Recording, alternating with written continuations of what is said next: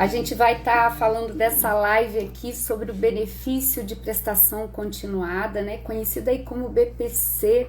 Então, você que foi entrando aí, muito bem-vindo, muito bem-vinda.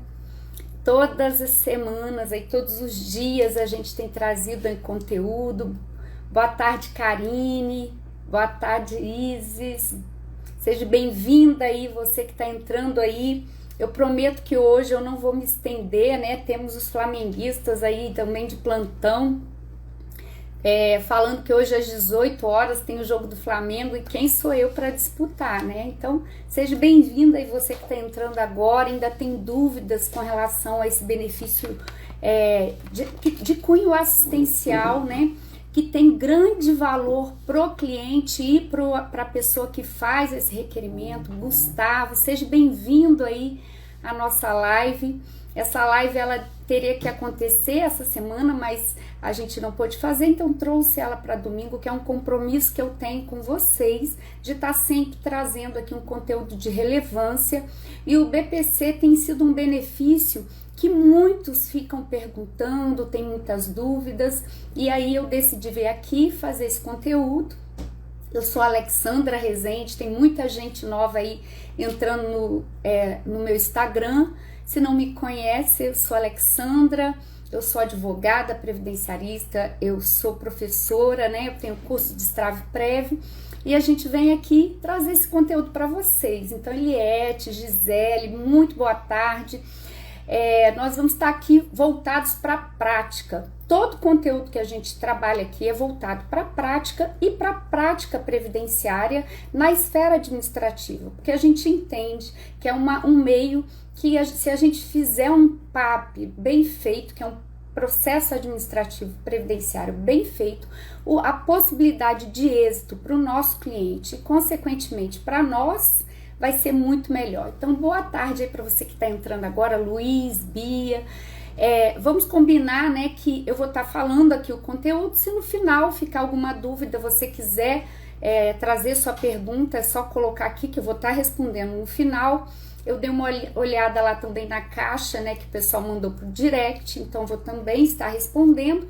E a gente vai estar entrando aqui no assunto, porque aqui a gente tem o objetivo de ensinar mesmo a prática, né? E você vai poder aprender, mesmo que você esteja começando do zero aí, esteja estudante, bacharel, advogado iniciante, está migrando para a área previdenciária, então você está no lugar certo, que você vai aprender a atuar nessa esfera e já ter um retorno financeiro significativo para a sua atividade, né? Para a sua consultoria previdenciária, para a sua prática jurídica, para quem pode atuar como advogado. Então, esse canal, esse espaço é para você. E a gente vai falar do benefício de prestação continuada, como garantir esse benefício já na esfera administrativa. E se a gente for parar para pensar, esse benefício, ele não é difícil, tá? Ele não é um benefício difícil, só que ele precisa de requisitos, tá? E ele, se não for observado esses requisitos, aí realmente a gente vai ter que fazer a judicialização. E a gente quer um retorno mais rápido, que é interessante para nós e é interessante principalmente para quem depende do benefício de cunho assistencial. Então, esse benefício, ele tem cunho assistencial. Ele é voltado para a parte da Seguridade Social que cuida da assistência social. E mesmo sendo da assistência social, ele é pago pelo INSS, tá? Ele é pago pelo INSS. Tudo começa ali pelo INSS, é feito um requerimento hoje pelos canais de comunicação. Meu INSS, a gente consegue fazer esse requerimento. Pode até mesmo juntar a documentação, a gente junta a documentação, só que nesse momento é preciso ter alguns cuidados. Por quê? Porque senão, não é só, eu falo, a atividade nossa não é juntar documento, é colocar de uma forma que facilite para o servidor que vai analisar aquela documentação e nos conceder um benefício. Então, se a gente achar que é só juntar documento lá e rezar, né, seja que Deus quiser para ter um requerimento, pode ser que a gente tenha uma surpresa. E se nós nos organizarmos com relação à documentação, colocando ela numa sequência lógica, até de análise, esquecer o juridiquês, essa parte rebuscada da nossa atuação e fazer algo simples, um requerimento explicando aquela situação, as chances de êxito são muito melhores. E conforme eu falei, o BPC, ele também, as pessoas costumam falar que ele é o LOAS, só que o LOAS é o nome da lei, né? E aí confunde-se. O benefício em si é BPC, benefício de prestação continuada. E ele é voltado para pessoas que estão com 65 anos, homem ou mulher acima de 65 anos, e pessoas de baixa renda, né? E a pessoa que tem uma situação de incapacidade permanente. E aqui também sempre tem dúvidas. Os alunos me perguntam, colegas me perguntam, clientes me perguntam por quê. Quando a gente fala em incapacidade, logo a gente pensa na questão de auxílio de aposentadoria por invalidez. E aqui não é esse tipo de incapacidade, não é uma incapacidade laboral. Aqui é uma incapacidade que ela não é eterna, mas ela vai durar por mais de 2 anos e a pessoa não tem meios de subsistência. E esse requisito de renda per capita familiar também traz um grande problema. Eu não sei se vocês já pegaram, vocês que estão entrando aqui na live, muito bem-vindo, vocês já tiveram a experiência de pegar um benefício desse e ter dúvidas? Se você teve esse momento, coloca aqui sua dúvida. Se é 1/4 do salário mínimo, se é metade do salário mínimo, que renda é essa? Quais as pessoas de uma família que pode ser considerada desse grupo familiar onde vai ser feito essa aferição, essa análise pelo assistente social. Então, sempre tem essas dúvidas. E aí, quando tem a dúvida, se a gente não parar, identificar que requisito é esse, pode ser que a gente não consiga esse benefício e aí a gente estende mesmo, até mesmo o sofrimento de uma família que depende de um benefício assistencial. Boa tarde, Silvia. Então, se você já pegou esse tipo de benefício assistencial para o seu cliente e tem dúvida, deixa aqui que a gente vai estar falando. Então, vamos lá. Quem tem direito a receber esse benefício? Eu vou perguntando assim, né? Até pelas perguntas que me foram enviadas, e se vocês tiverem alguma pergunta, pode me falar. Então, o benefício de prestação continuada é um benefício voltado para a família de baixa renda, que tem uma situação para o idoso acima de 65 anos, homem ou mulher. Aqui também sempre tem dúvidas, porque faixa que confunde com a aposentadoria, né? E aí pensa que é 60, pensa que é 62 para a mulher, e não é 65 anos, tanto para o homem quanto para a mulher. E esse não é o único requisito. Também tem que ter, nesse caso, a situação de renda per capita, né? Que é a renda familiar. E a situação de uma incapacidade, né? Uma deficiência permanente. Essa deficiência, no caso, se ela for por mais de 2 anos. E aqui, o que vai ser analisado nessa hora? Vai ser analisado as provas. Aqui é a grande dificuldade de atuação nessa hora. Por quê? Quais são essas provas? Quais provas que nós podemos levar no conhecimento do INSS que vai fazer com que ele analise essa situação? No questão da idade, muito fácil, uma identidade, um CPF, você consegue. Eu ainda não vou falar ainda da pessoa estar inscrita no CRAS, tá? Como família de baixa renda, isso também é uma exigência, mas a exigência do benefício é essa que eu tô falando com vocês. Então, idade de 65 anos, renda per capita de 1/4 do salário mínimo. E aqui eu deixo uma observação para a gente falar com relação a esse 1/4 do salário mínimo, tá? E aí, como se calcula isso? Sempre que o cliente me liga, ele tenta de alguma forma falar que é só ele ou uma pessoa, ou ele, como se isso pudesse ser escondido. E a gente sabe que vai ter uma perícia tanto no aspecto médico para identificar uma situação de incapacidade, de deficiência, quanto no aspecto de renda. Assistente social vai fazer uma entrevista, vai fazer perguntas, dependendo, vai na casa da pessoa. Se tiver tudo certinho, se a pessoa estiver lá no CRAS, registrada como responsável da família, e dessa família, todas as pessoas que têm CPF estão registradas lá, e não tem nenhuma renda, ou se tem uma renda, não é uma renda de trabalho, é uma renda, alguma ajuda de custo, alguma ajuda do governo. Então, isso aí não entra no cálculo. A lei, então, é específica daquilo que entra no cálculo e daquilo que não entra. Então, realmente, a gente precisa saber, é um salário, o que vai, a própria lei, ela traz o que entra nessa renda familiar. E, às vezes, a gente acha que é só um salário de uma pessoa. Então, primeiro tem que saber o que vai entrar nessa renda. Então, ó, o que vai entrar? Ó, salários, proventos de aposentadoria, pensões alimentícias, outros benefícios, seguro-desemprego, comissão, prolabore, rendimentos de trabalho assalariado e não assalariado, rendimentos de mercado informal ou autônomo, rendimentos auferidos em patrimônio. Então, quando a gente fala renda, a gente fala assim, é só a renda, é só o salário, e não é, tá? Com observação também ali na questão da aposentadoria, tá? Porque a gente sabe que houve aí um entendimento que se for um salário mínimo não vai entrar na renda per capita familiar.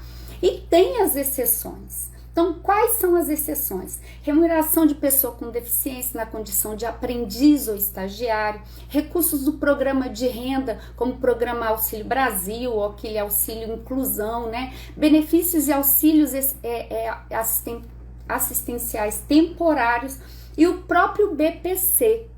Também aqui é uma grande dúvida dos colegas. Se tem uma pessoa da família que recebe BPC, esse BPC entra na renda? Vocês saberiam responder isso se te perguntassem? Só coloca aqui um S, um não aí, nem precisa digitar. Se essa pessoa dessa família que fosse buscar um benefício de prestação continuada para ela e alguém da família já recebe, será que ela vai conseguir? A resposta é, se ela cumpriu os requisitos, não tem problema, ela vai conseguir receber.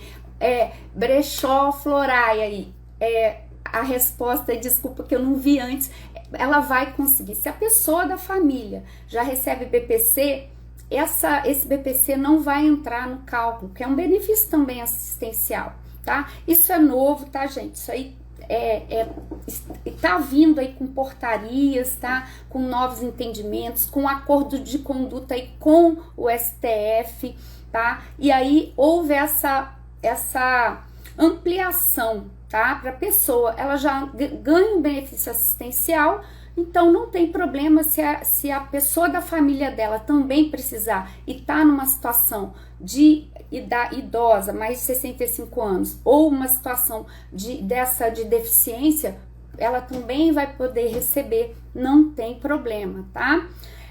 Eu vou falando assim das perguntas e se vocês quiserem interagir também fica à vontade, tá, gente? Aqui é bem à vontade, prometo que não vou passar aí dos 40 minutos de live, porque já me falaram do jogo às 18 horas, então aqui a live vai ser 30, 40 minutos e eu tenho certeza que vai fazer toda a diferença.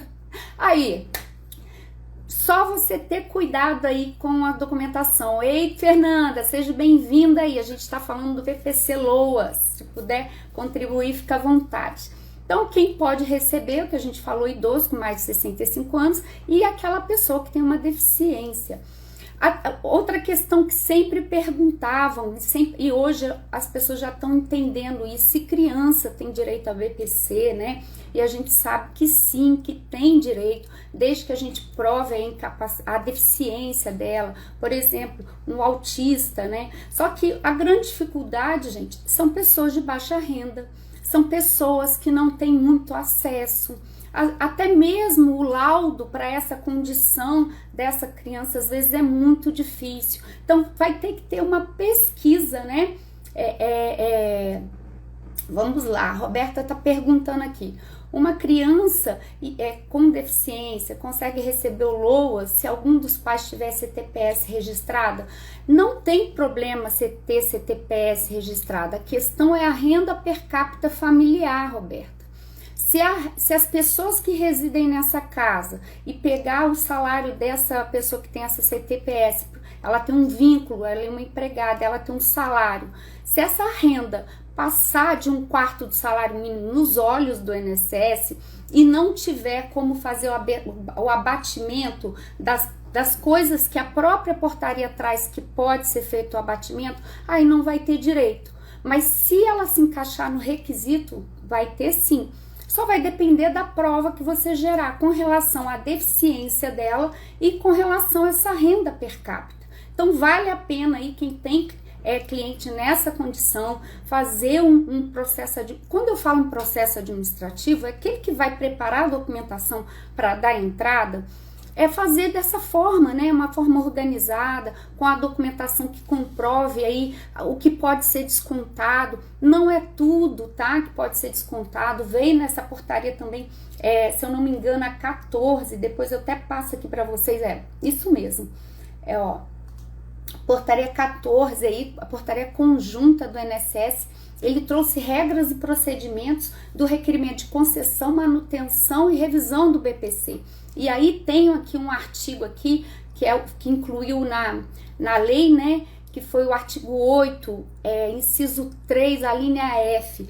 Eu tô falando aqui, mas qualquer coisa, se vocês depois precisarem da lei, me pede no direct que eu mando para vocês. E assim, dessa renda que esse pai recebe, podem ser deduzidas aí da renda bruta familiar gastos com tratamentos de saúde, médicos, fraldas, alimentos especiais e medicamentos, né, do idoso, da pessoa com deficiência, não disponibilizado gratuitamente no SUS, ou com serviço não prestado pelo SUAS, que é o Serviço Único de Assistência Social, e de natureza contínua e comprovadamente necessária à preservação da saúde e da vida. Aqui é o respeito ao princípio da dignidade da pessoa humana. Então, isso foi trazido, inclusive, com esse acordo, né, com o STF e no recurso extraordinário lá de Santa Catarina. Então, houve esse acerto e houve essas ampliações, né? Porque antes era até limitado, e aí você consegue até ver o anexo lá, os valores que eles pontuam, tá? Vou até falar aqui com vocês, ó, se vocês nunca viram, no anexo, vou beber um pouquinho de água, gente, dá licença. No anexo 1 dessa portaria, na tabela 1, traz até os valores, por exemplo, aqui, ó, medicamentos, R$40, consultas e tratamentos médicos, 81, fralda, 89, alimentação especial, 109. Isso aqui são descontos do SUS, baseado aí no SUS, tá? E é uma pesquisa de orçamento familiar. Com base aí em 2017, 2018, que foi publicado em 2019. Então, o que eu quero que vocês entendam aqui é para entender que tem essa possibilidade de descontar, inclusive com valores. E tudo isso, gente, em âmbito administrativo, tá? Por quê? Porque o INSS vai usar a portaria, vai usar a IN, não vai ampliar esse entendimento, querendo ver outras situações. Apesar de que a portaria fala, inclusive, que a pessoa ela pode ser feita análise de outras situações para comprovar a miserabilidade, tá?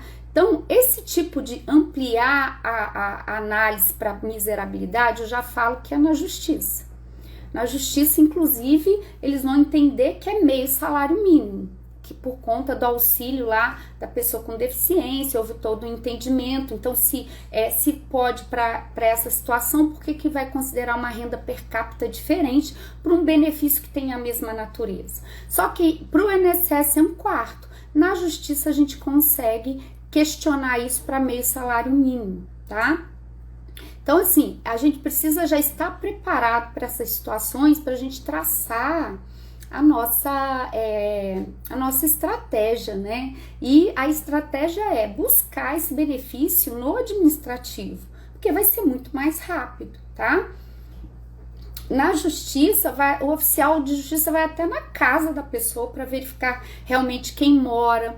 Eu tive uma situação que o juiz pediu o CPF de todos da família, buscou toda a informação no banco, nas informações do INSS, para verificar se de fato os 5 filhos lá da cliente, né, da parte autora, se moravam no mesmo endereço, tá? E aí inclusive, a gente até teve que juntar como comprovante de residência, porque aquele velho hábito nosso, a gente casa, a gente muda e não atualiza os dados cadastrais do INSS. E um dos filhos era solteiro e morava com ela, mas nunca acertou o cadastro. Hoje esse filho mora em São Paulo, mas está lá no cadastro, tá? Então, essas situações que a gente pode fugir se for feito dentro dos requisitos que o INSS vai exigir. Agora, se tem um plus a mais, aí realmente a gente vai ter que ir para a justiça para poder ampliar essa discussão, tá? O valor, né, eu falei que é 1/4 de salário mínimo, só que hoje tem um entendimento de que pode ser meio salário mínimo, até por conta de alterações por leis que alteraram a própria lei, né, a lei sobre a organização de assistência social, né, então essa lei 8.742 de 93, ela sofreu alterações com relação a vários entendimentos, tá? E isso aí ampliou. Então, é só brasileiro que pode? Tem que ser brasileiro nato, naturalizado, inclusive se tiver nacionalidade portuguesa também pode. E ter a renda familiar de 1/4 salário mínimo com cadastro lá no CAD único, cadastro único do sistema do INSS, sendo cadastrado e atualizado. Isso são informações que você não precisa ir lá no CRAS. Hoje a gente tem site específico que você mesmo pode pesquisar e ver a condição dessa família antes mesmo de você entrar com o requerimento desse benefício. Eu sei também que, como é um benefício que o próprio segurado, a própria pessoa pede, quando vem para a gente já vem cheio de problemas. E aí eu falo, se tiver aqui cliente, está ouvindo, não faça isso. Contrate uma pessoa, contrate um profissional para fazer um trabalho bem feito e não ter problemas na hora de fazer esse requerimento, né? Fazer esse pedido, porque a gente já vai com a documentação correta, tá? Aí também eu faço a pergunta aí para vocês. Dá direito a 13º? O BPC? Quem saberia informar? Dá direito à pensão por morte?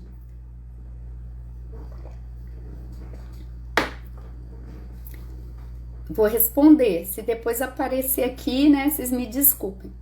Não dá direito a 13º e nem pensão por morte. Por quê? Porque é um benefício de cunho assistencial.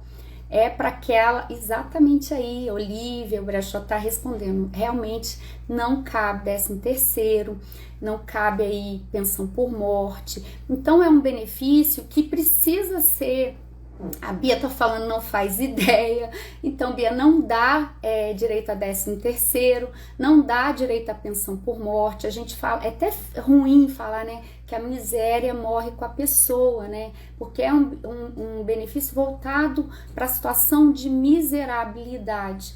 E por isso que a gente precisa ter um certo cuidado, inclusive, gente, de pedir a documentação dessa pessoa, um CNIS dessa pessoa. Eu tive uma situação no escritório que esse cliente, ele recebia BPC, ele faleceu, ele tinha uma filha pequena.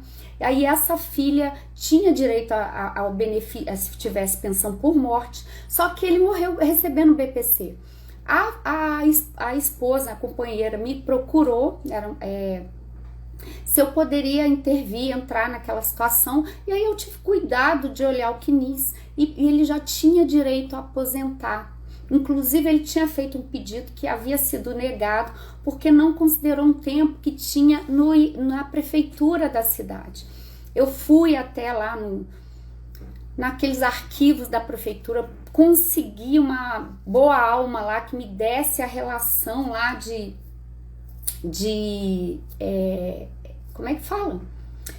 A relação das contribuições, e aí eu consegui, entrando com pedido na justiça, lógico, com pedido de pensão, né, pedido de benefício para a filha, uma vez que a pessoa falecida tinha direito, e o direito não morreu com ela, né, ela só estava recebendo o benefício equivocado, o benefício que alguém, foi até na época um vereador, né, uma coisa de política que fez, lógico, querendo ajudar na melhor das intenções, só que aí ele não sabia que isso prejudicaria a família. Então, se a pessoa tem direito disso, né, vale a pena. Deixa eu ver aqui o que o Brechó perguntou aqui. Mas se o casal, o cônjuge morre, a outra recebe BPC, pode ter escolha? Então, só se a pessoa tinha direito ao benefício, tá? Se a pessoa morreu recebendo BPC e não tinha direito a um benefício previdenciário, tá? Não vai ter direito a pensão por morte. Por isso que daqui a pouco a gente vai falar com relação à contribuição, que também é uma grande dúvida que chega para mim no escritório, não sei se chega aí para vocês que são advogados que atuam nessa área, né? Também sempre tem alguém perguntando aí nas caixinhas se a pessoa que recebe o BPC, se ela pode contribuir, tá? E aqui daqui a pouco eu vou responder para você. E se alguém da família for aposentado? Se essa pessoa for aposentada, ela contribuiu, fez o requisito para aposentadoria lá por idade, né, por incapacidade permanente, ela é aposentada. A família vai ter direito ao BPC? Isso também foi situação de grande briga aí, até se formar um entendimento, uma jurisprudência com relação a isso, e por interpretação extensiva da condição, eles permitiram desde que seja um salário mínimo. Então, se a pessoa é aposentada e recebe um salário mínimo, a outra vai poder receber um BPC LOAS, tá? Isso não é de muito tempo, também é recente, por conta dessas modificações que as leis fizeram com relação a lei de organização de assistência social, por conta da interpretação que foi dado aí para a pessoa portadora de deficiência, pelo auxílio inclusão da pessoa com deficiência. Então, por essa série de situações, né, eles também alteraram a situação. O que pode ser descontado, eu falei para vocês, eu falo isso em esfera administrativa. Em esfera judicial, pode-se ampliar isso, tá? Essas questões de desconto.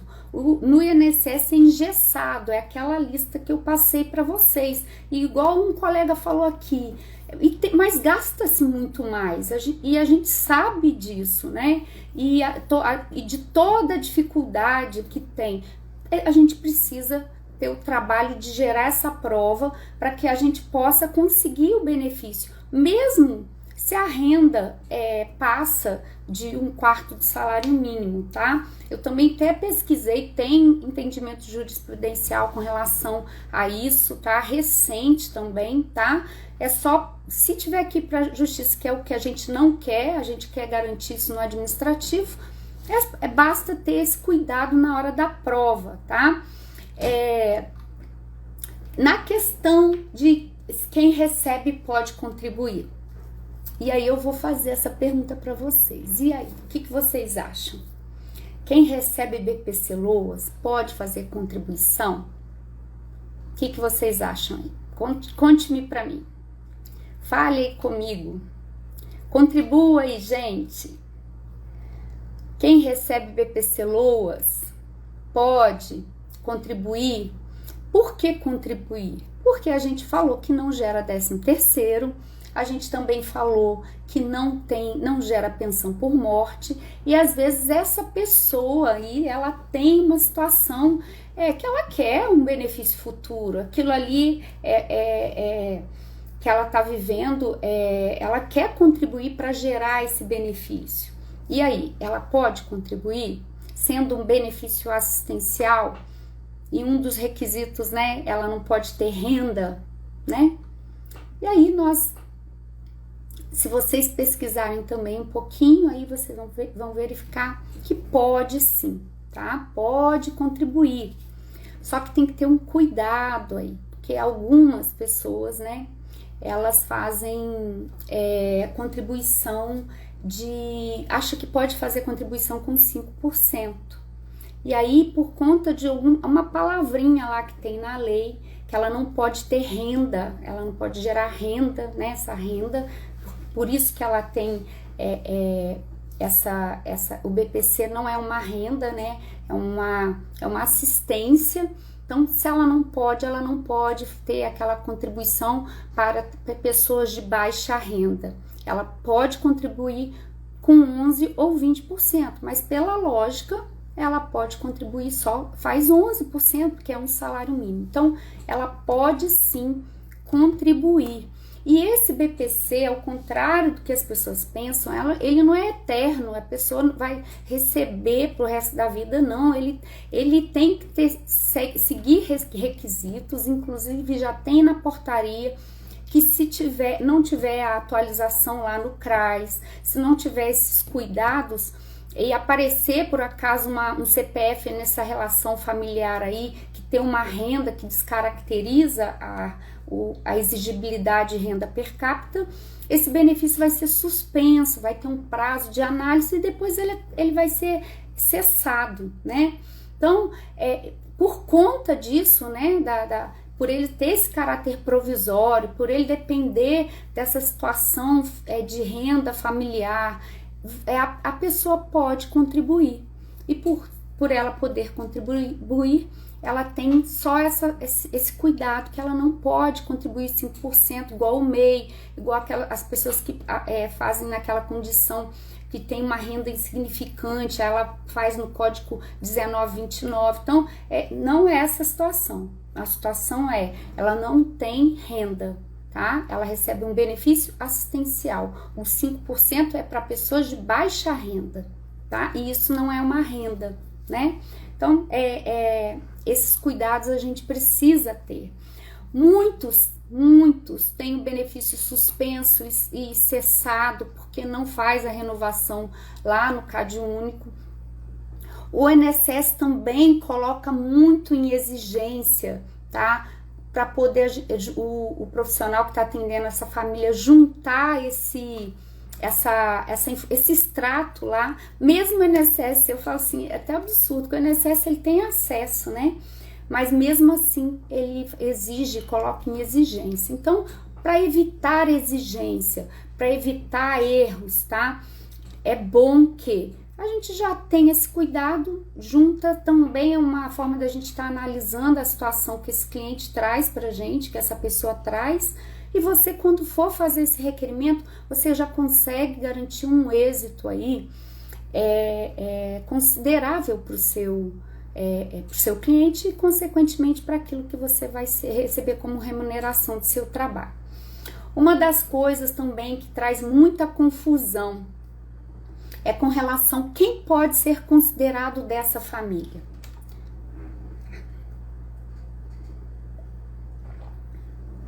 Alguém saberia dizer? Se um primo morasse na casa, entra no cálculo? Se a sobrinha que mora na casa entra e trabalha, né? Porque se trabalha, entra nesse cálculo. Alguém saberia dizer para mim? Quem faz parte desse núcleo familiar? Que vai fazer parte desse rateio? Porque isso vai ser verificado com a parte do assistente social, tá? E pode ser que o INSS erre, né? E não considere de fato quem são as pessoas que fazem parte do núcleo daquela família. Alguém saberia dizer? Deixa eu passear aqui para ver.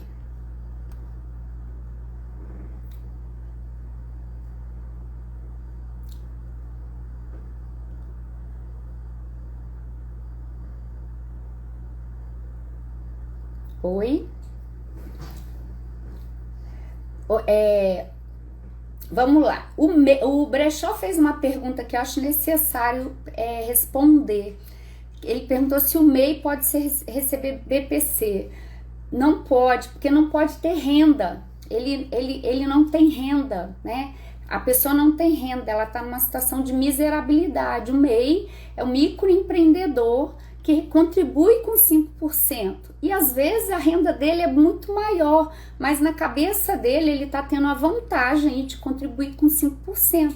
E às vezes ele nem tem a informação clara se ele só pode aposentar por idade nessa situação. E se bobear, ele tem um rendimento, um retorno aí da atividade dele, né, muito melhor, tá? Inclusive, e ele só tem direito a aposentar por idade se ele quiser ter uma aposentadoria diferente, né? Ele vai ter que complementar. Então, nem pense nessa condição, tá? Então, vamos lá.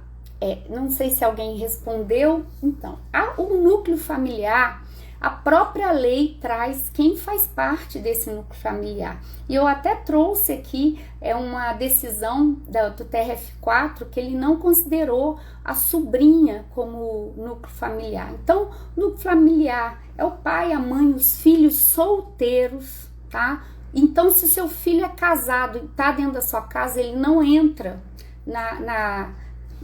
no rateio, tá bom? Como é que fala? Tutelados, né? A condição de tutelado também é da família. Então, sabendo disso, fica até mais interessante, porque às vezes a gente acha que é toda a cabeça que está dentro da casa do nosso cliente. E não é. São pessoas específicas do núcleo familiar. É o pai, a mãe, os filhos solteiros, tá? O tutelado, né, que reside ali. Então, isso também nos ajuda na hora de requerer. Aí você pode estar me perguntando aí, mas Alexandra, professora, né, e no caso, se for casado, a INSS negar? O caminho é ir para um recurso administrativo ou então judicial, tá? E aí vai levar um tempo, né? Vai levar um tempo de análise, vai levar um tempo de audiência. E na justiça a gente ainda consegue uma tutela comprovando essa situação. Então, infelizmente, gente, a gente tem que passar por essa situação. Às vezes a gente tem que passar. E aí vai a nossa disposição de brigar pelo direito do nosso cliente, garantir esse benefício de cunho assistencial. E se é de cunho assistencial, a pessoa tem pressa, né? Quem tem fome tem pressa. E aí realmente vai ter que ter uma estratégia para tentar acelerar, tá? Eu tive uma situação dessa que a mãe com 2 crianças com autismo, com dificuldade inclusive de ter provas com relação a isso, mas a gente conseguiu. Só que aí ela tinha dado entrada sozinha e ela não foi na perícia, ela faltou a perícia, aquela coisa que o cliente, às vezes ele mesmo faz o requerimento e o INSS que vai agendar a data, não é a gente que agenda, ele que vai falar a data. E nesse interim ela não viu que tinha essa data, ela perdeu. Quando eu entrei, eu tentei suprir isso aí para juntar, inclusive, a documentação que ela não tinha juntado, e aí o INSS indeferiu, e aí realmente não teve saída, e a gente teve que entrar judicializar, né? E o objetivo hoje, eu falo, se esforce para não judicializar, tá? Porque acaba sendo demorado esse benefício. Então, essa situação, que eu falei para vocês foi da 5ª turma do TRF4, tá? De outubro de 2022, ele falou, não integrando a sobrinha do autor e seu cônjuge o conceito de família previsto no artigo 20, parágrafo 1º do LOAS, tá? Então, ali nesse artigo 20, parágrafo 1º, tá o conceito de família. Quem faz parte de família? Vai lá no artigo 20, parágrafo 1º do LOAS, que a gente vai saber, tá? Eu até deixei abertinho aqui para a gente poder ver, Deixa eu ver se eu abro aqui para vocês verem, para eu falar para vocês. Então, não tá ali naquela relação, não tem como conceito de família, tá? Então, ó, o benefício de prestação, artigo 20, o benefício de prestação continuada é a garantia de um salário mínimo mensal à pessoa com deficiência e um idoso de 65 anos ou mais que comprove não possuir meios de prover a sua própria manutenção, nem de tê-la por sua família. Aí vamos no parágrafo 1º. Para efeitos, né, do caput, a família é composta pelo requerente, pelo cônjuge, tá? Ou companheira, pelos pais e, na ausência de um deles, a madrasta ou padrastos, os irmãos solteiros, os filhos e enteados solteiros e os menores tutelados, tá? Desde que vivam no mesmo teto. E mesmo teto, a gente pega às vezes família que mora no mesmo terreno, né? Aquelas comunidades que a gente sabe que era antigamente, onde a pessoa, cada um fazia um puxadinho ali. Então, é mesmo teto. Então, como que você vai ver isso? Um comprovante de residência, uma situação que você prova ali, é casa 110, mas tem casa 110A, B, C. Então, ter esse cuidado, tá? Na hora de você observar quem faz parte dessa família. Por quê? Porque se faz uma perícia, chega lá, essa família tem renda e pode ser que o INSS queira falar que faz parte do núcleo familiar e nem a própria lei, a própria LOAS prevê isso, tá? Tanto que essa decisão que eu trouxe para vocês, né? Precisou aí ter essa judicialização, tá? E a gente conseguiu, o juiz deu que não integrava o núcleo familiar, tá? Então isso é bem interessante para a gente saber, e saber, inclusive, colocar isso também num requerimento, tá? Eu vou ver se tem mais alguma pergunta aqui, se vocês têm mais alguma coisa para saber, tá? Dá uma olhadinha nessa portaria conjunta 14 que eu falei com vocês, tá? É bem interessante para você estar já preparando aí as suas provas, para você garantir o direito do seu cliente já na esfera administrativa, tá? E com certeza vai dar bom aí e você vai conseguir esse benefício. Igual eu falei, ele é simples, gente, é um benefício simples, que é voltado para a pessoa em situação de risco social, de miserabilidade, risco social. É isso que o Estado protege, tá? Só que ele tem as nuances, e ainda teve as nuances de modificação da própria LOAS, aí que veio com portarias, né? Modificou com leis e depois surgiu portarias para definir procedimentos, né? Como ia ser concedido, como ia ser revisto. Então precisa ter esse conhecimento aí desses pormenores para que vocês se preparem na hora de fazer o requerimento do seu cliente. Eu vou dar uma olhadinha aqui, mas conforme eu falei, eu não vou esticar o assunto. Se por acaso alguma pergunta aqui ficar para trás, por favor, eu vou responder na semana que vem. Sempre faço uma live de perguntas e respostas e uma live de conteúdo como esse aqui, mas acaba que as perguntas vêm, a gente abre a caixinha um dia antes ou no dia para vocês estarem respondendo para mim, tá? Brechó trouxe outra pergunta. Desculpa se eu não tô falando certo, tá? A mãe de uma criança especial que recebe BPC adquiriu neoplasia maligna, não pode requerer uma aposentadoria por incapacidade permanente? Então, você precisa saber qual o requisito da aposentadoria por incapacidade permanente. Esse benefício é um benefício previdenciário, com uma pessoa que está contribuindo, ela é segurada do INSS. Não tem problema nenhum, tá? Desde que seja observado os requisitos aí.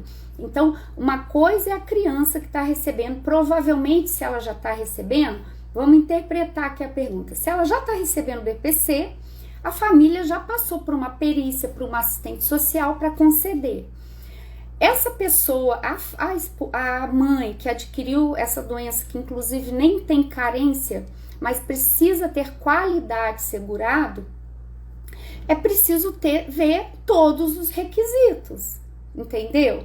Então, se ela contribuía, se ela é segurada, se ela tem documentos, ela vai conseguir a aposentadoria dela por um salário mínimo, não tem problema. Nós até falamos aqui que houve esse entendimento, né? Inclusive com a questão do STF, onde houve uma ampliação na própria interpretação. Se a pessoa pode para determinadas coisas, então também pode para aposentadoria por idade, porque a questão é um salário mínimo, tá? Deixa eu ver aqui. Tá. Gente, tem perguntas de caso concreto que eu não posso responder, tá? É antiético, o código de ética da OAB não permite, a gente pode, infelizmente, tá bom? Aí, qualquer coisa manda lá no direct que eu tiro dúvida lá, mas casos concretos eu não posso, tá? Então, se esse benefício ele não tem caráter permanente, ele tem provisório, uma vez que o estado de miserabilidade muda, né, a pessoa começa a querer trabalhar, isso daí, o benefício é cessado, suspenso, a pessoa pode optar, inclusive, se ela voltar a contribuir. Estou contribuindo lá, recebo o BPC, exemplo, recebo o BPC, estou contribuindo na condição que eu posso, certo? Aí eu fico eu tenho uma incapacidade de outro cunho, assim. Eu posso optar por esse benefício, essa aposentadoria, e não ter mais o BPC, e se a situação mudar, voltar para o BPC. Só que no caso do BPC não tem 13º, não gera pensão por morte. Um benefício previdenciário, sim. E se a pessoa contribuiu na condição de BPC para garantir isso, ela vai ter direito. Isso é ponto pacífico, tá? Gente, se ficou, nós temos aí 46 minutos de live. Hoje a gente falou coisas práticas aqui sobre o BPC, e o pessoal fala BPC-LOAS, mas o LOAS é a própria Lei de Organização e Assistência Social, que passou por muitas mudanças, através de leis, de entendimento, de ampliação, a questão de 1/4 ou meio salário mínimo. Hoje o INSS vai continuar vendo 1/4, mas a gente consegue ampliar isso aí na justiça. Depende de provas, então precisa ter esse cuidado. De fato, às vezes vai ser preciso você ir lá na casa do seu cliente para ver essa situação realmente se é real, porque quando a gente faz, nós nos responsabilizamos por aquilo que a gente está fazendo. Consulte aí a documentação no CAD único, né, para você ver se está tudo certinho, porque aí quando você fizer o requerimento administrativo, a possibilidade de êxito é muito maior, é muito perto de 100%, né? E aí, os cuidados com relação às provas. Eu sei que é difícil porque esse cliente às vezes não guarda, não sabe a importância. Você pede um comprovante de gasto, ele leva um recibo de botijão de gás. E isso, assim, no INSS, a gente não vai ter muito êxito, não, tá? Então, se ficou alguma pergunta para trás, eu vou dar uma olhada aqui depois, manda no direct que a gente volta a responder, não tem problema. Eu falei também aí das portarias, né, de algumas leis, se quiser também eu mando lá informando para vocês que atuam nessa área, que querem atuar, que tem aí uma situação que não sabe o que fazer. A gente vai ter o maior prazer de estar ajudando vocês, tá bom? É um prazer ter vocês aqui em pleno domingo, né? Mas você sabe que eu gosto de fazer? Por quê?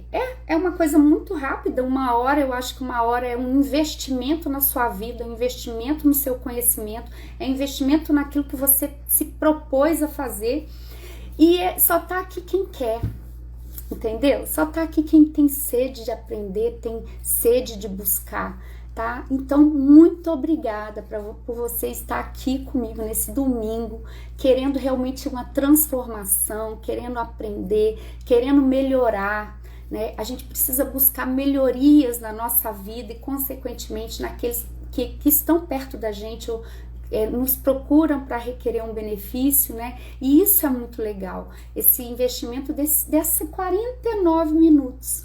Com certeza, algumas coisas aqui vocês não sabiam, com certeza uma lei que foi citada, uma observação. Então, muito obrigada, fiquem com Deus, um bom domingo aí, finalzinho de domingo, uma semana abençoada de trabalho.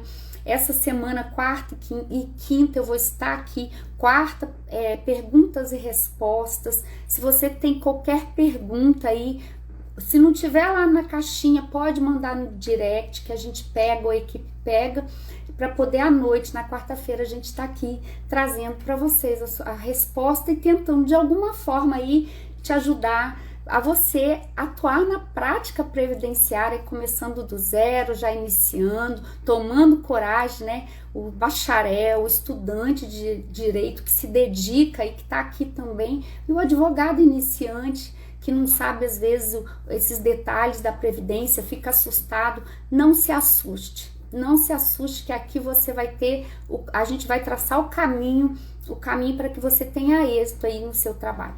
Um grande abraço para vocês.